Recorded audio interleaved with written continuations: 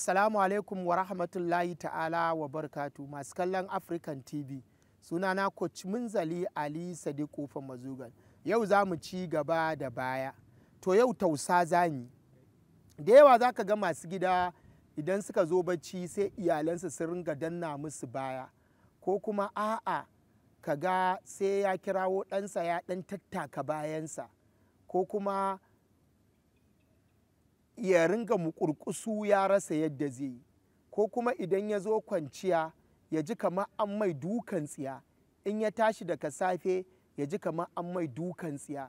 To shawarar da nake bayarwa ga masu gida, ga iyali, ga mata wanda suke jin irin wannan abin, farko matsala da ake fara faruwa da ita shan ruwan sanyi. Shan ruwan sanyi, wallahi hajiya mu rage shan ruwan sanyi, a ɗagawa abu mai sanyi kafa. Ruwan sanyi illa ne ga ɗan adam, amfanin shi ne ƙalilan. Akwai ƙasashen duniya da hajiya ga baki ɗaya kin dai yawo kin je ƙasashe da yawa za ki ga ba sa shan ruwan sanyi, musamman ma ba a je ƙasashe ba wanda Allah ya ƙaddara suka je ƙasa mai tsarki da azumi.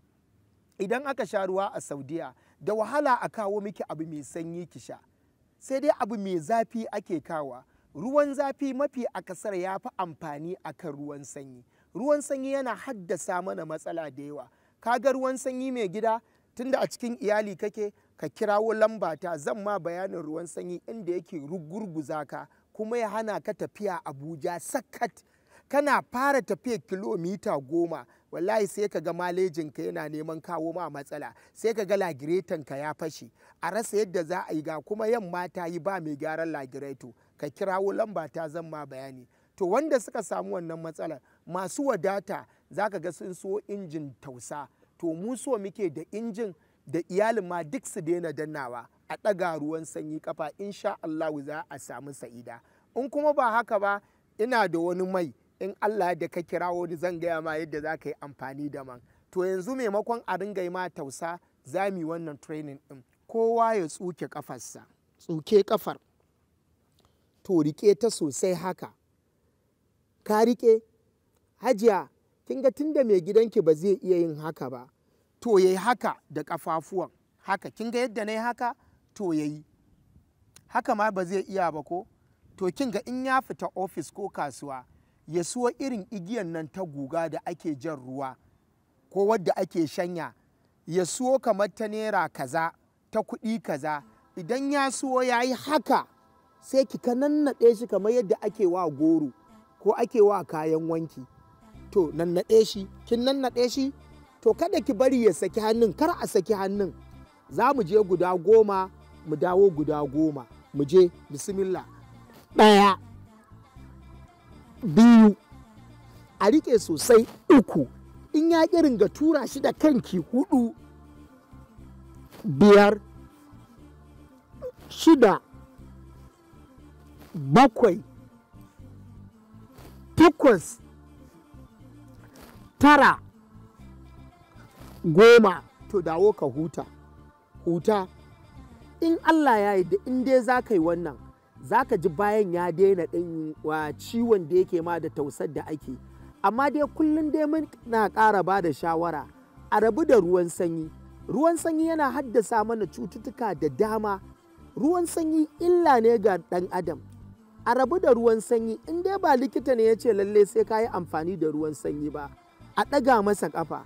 To mu koma na biyu, wasu cutukan fa da suke damun ɗan adam amfani da ruwan sanyi ne. Amfani da ruwan sanyi ne. Ni na san akwai ƙasashen da suna da rana sosai amma ba sa amfani da ruwan sanyi, ruwan zafi suke sha. Kai ma daure ka ɗaga ruwan sanyi ƙafa ka ga yadda za ka ƙara lafiya. To mu je kashi na biyu. 1, 2. Hajiya, tunda ya kasa turawa, ƙiba ta yi masa yawa, kalli yadda zan ringa tura. Yawwa 1, yawwa hajiya, tura shi. 2, alhaji, tura ta yi ƙiba ta rasa yadda za ta yi. Muna 3, jeki. 4, 5, yawwa mala, yawwa 6, daure. 7, daure. 8, 9, 10. To a huta.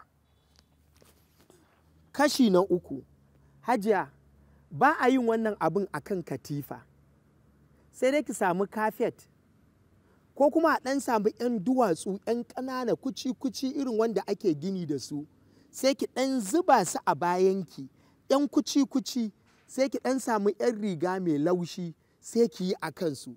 In Allah ya yarda kika yi wannan ciwon bayan Allah da za a samu sa'ida, an daina dandanna miki baya, ki ringa sa yara suna tattaka miki baya. Amma ni dai ina ƙara baki shawara, kin ga lemon nan da kike sha, wallahi hajiya ki yi haƙuri da shan abu mai sanyi. Muna ƙara sa lokaci ya cin mana, da fatan za ki ci gaba da kallon African TV da shirye-shiryensu masu muhimmanci masu ma'ana. Ku ci gaba da kallon Coach Munzali Ali Sadiq Kofar Mazugal. Wassalamu alaikum wa rahmatullahi ta'ala wa barakatuh.